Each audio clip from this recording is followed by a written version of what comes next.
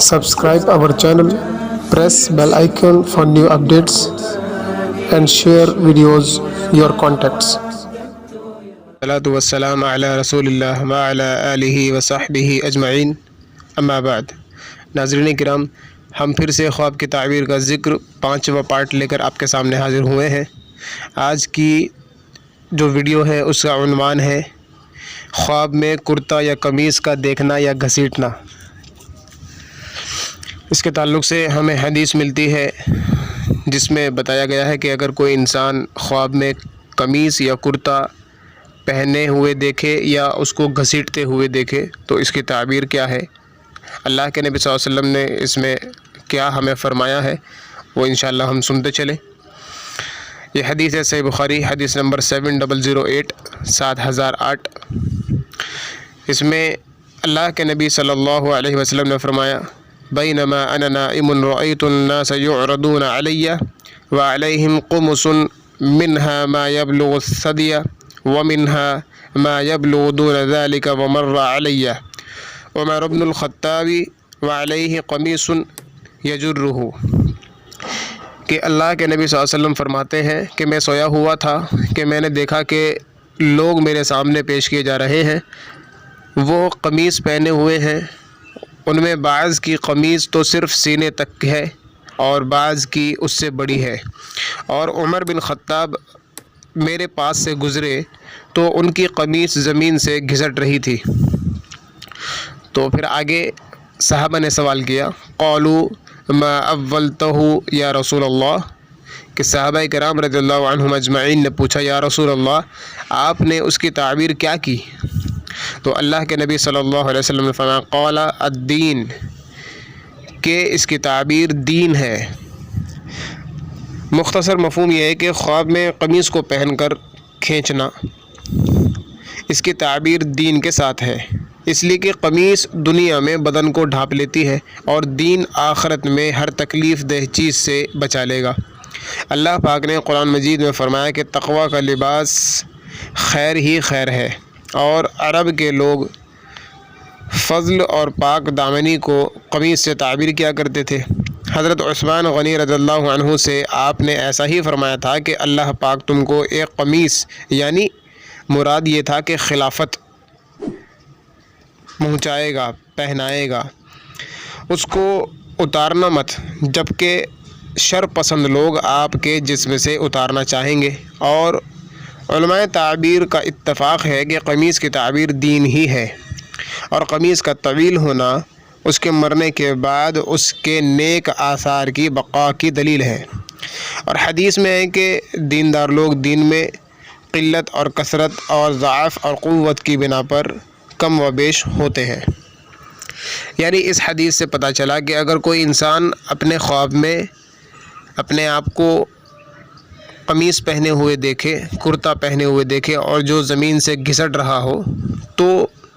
اس کی تعبیر جو اللہ کے نبی صلی اللہ علیہ وسلم نے بتائی وہ یہ کہ یہ تعبیر اس کے لیے دین ہے، یعنی